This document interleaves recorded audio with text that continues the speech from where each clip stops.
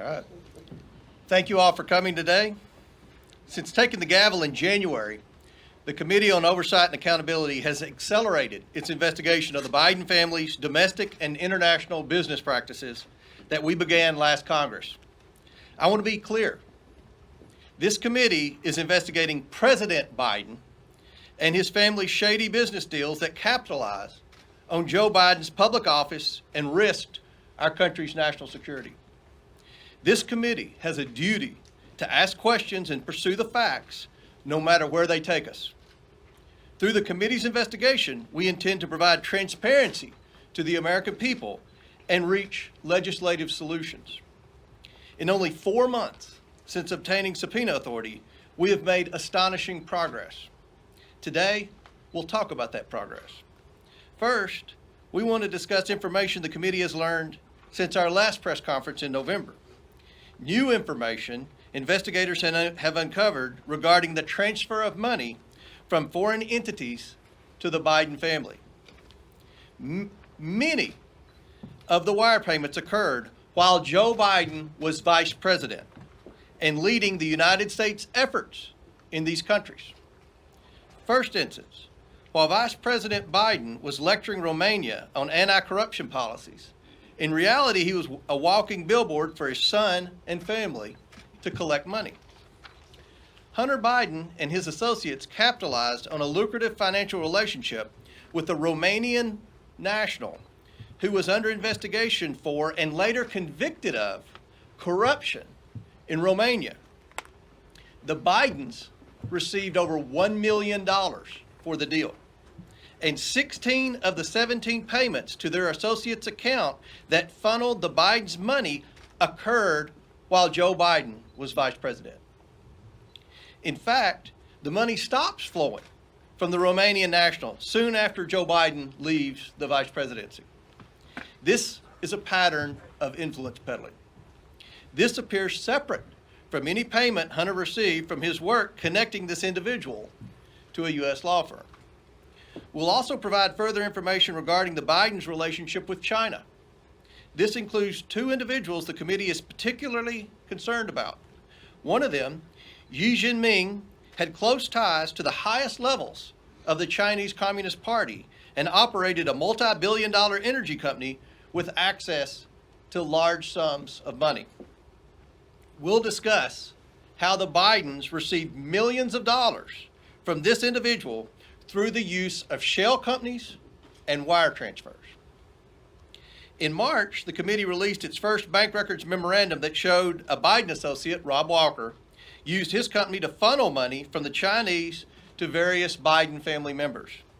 Democrats dismissed the evidence, even though it was based on bank records directly from the bank. The Democrats on the Oversight Committee received the same records as the Republicans, and they were able to verify the information. Democrats said all the bank records showed were Papa John's and Starbucks receipts. They deliberately chose to misconstrue and deny what was clearly in front of them. Hunter Biden's representatives claimed the money was, quote, good faith seed funds, but could not explain why those funds had to go through an intermediary in what appears to be an attempt to hide the transfers from the Chinese.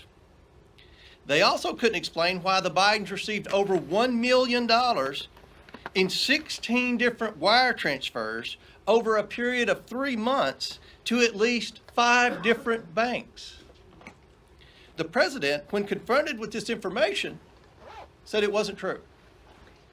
Instead of being honest with the American people, President Biden has claimed since the 2020 election that his family has not received money from China. That was a lie in 2020, and he continues to lie to the American people now. The Bidens have received millions of dollars from China. It is inconceivable that the president did not know it.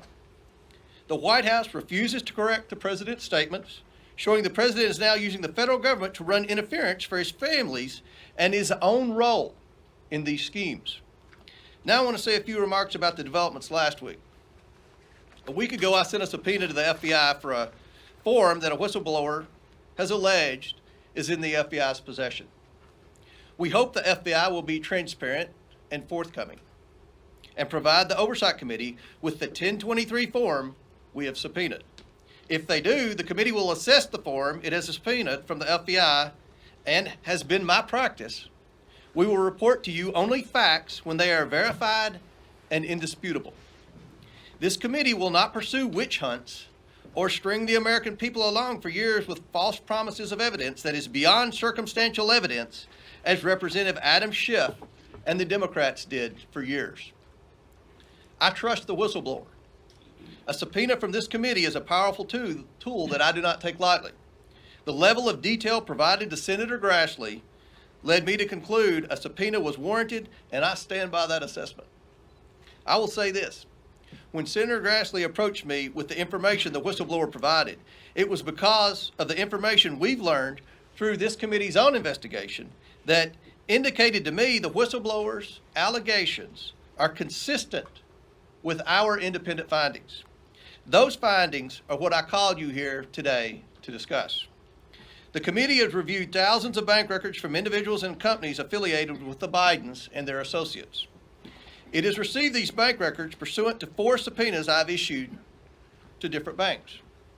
These were targeted and specific subpoenas, and each was different based on the information we believed the banks possessed. Every one of those subpoenas returned valuable information that had been unreported and that contributed to this committee's understanding of how the Bidens conducted their businesses.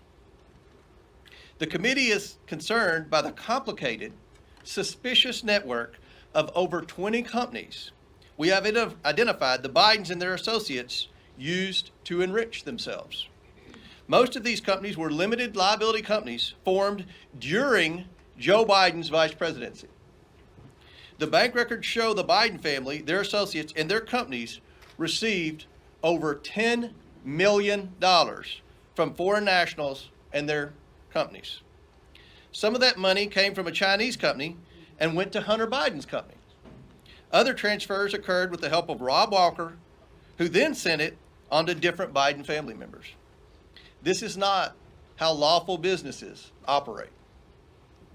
Chinese nationals affiliated with the Bidens created limited liability companies in the United States, and then in a short period of time transferred their interest to a Chinese company that sent money to the Bidens. This is not normal. Hunter Biden and his associates courted business in countries that correlated directly with Joe Biden's work as vice president. This is also not normal. It is not ethical. And this is why we need legislative solutions. Our purpose here is to provide legislative solutions to prevent this unethical behavior from ever happening again. This investigation is about investigating allegations of corruption and fraud at the highest levels of the federal government. This should be a bipartisan issue.